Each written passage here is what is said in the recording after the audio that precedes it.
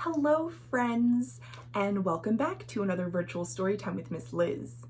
Today we're reading yet another story about the outdoors, this time told by an unusual main character. The main character in this book is a force of nature that we feel almost every day but aren't always able to see. Today's book is about the wind. The book is called I Am the Wind. It's by Michael Karg and illustrated by Sophie Diao.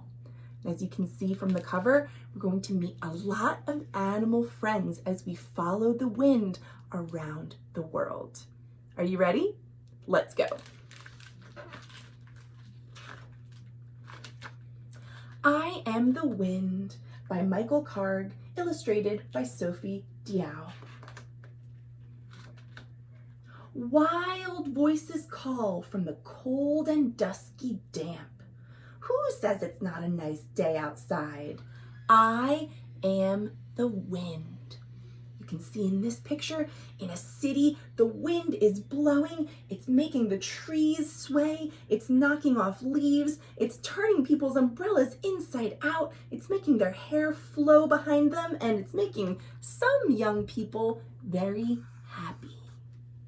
Let's see where else the wind will go. Breathing frost and fog, I float in a barred owl's flight. I am soft as a shadow in fields of cloud. I pause for a moment, searching. I am the wind. You can see how the wind is moving through the snowy sky. Flying northward, I find a wolverine in a flurry, in a frolic over snowy cornices and chutes. I scale the highest peaks. I am the wind. Here the wind is moving against the water, the icebergs, and this playful wolverine. And then, merging with wolves, racing like a river, the chase is on through frozen woods. I endure for days and miles.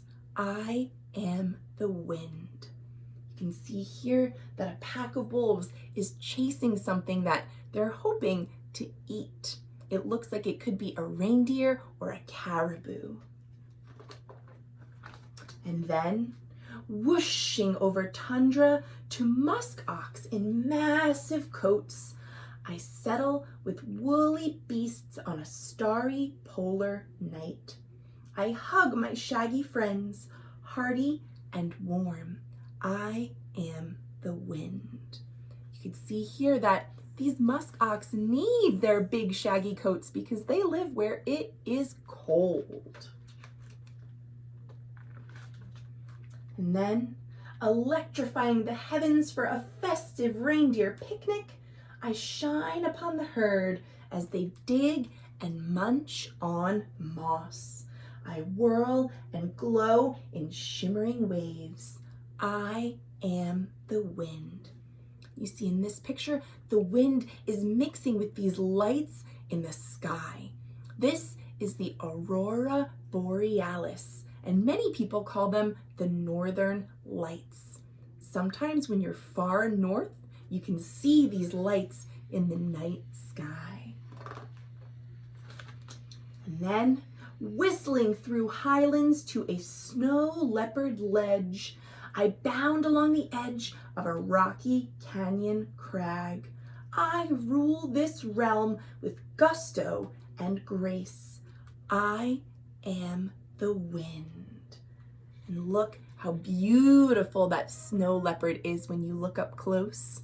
If you're able to check this book out yourself, you'll be able to appreciate the many fine details in the illustrations. Where's the wind going next? Let's see. Yodeling over Everest, I serenade some geese. I am a mighty rush for the migratory flight. I sing above the world. I am the wind. And I read a bit at the end of this book that these are called bar-headed geese. and they can fly higher than 20,000 feet as they migrate. Pretty cool, huh? And if you look closer at this illustration, you can see some hikers that are on their way to the top of Mount Everest, the tallest peak in the world.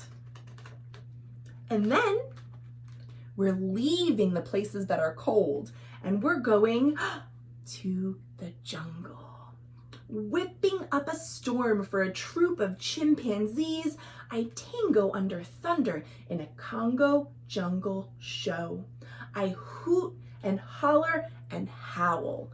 I am the wind.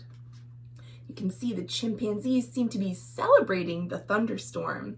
I also learned from the information at the back of this book that sometimes chimpanzees do dances when there is a storm. How cool is that?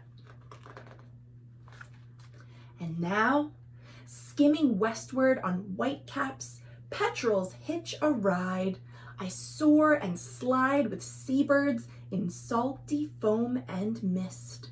I sail ever farther, ever free. I am the wind.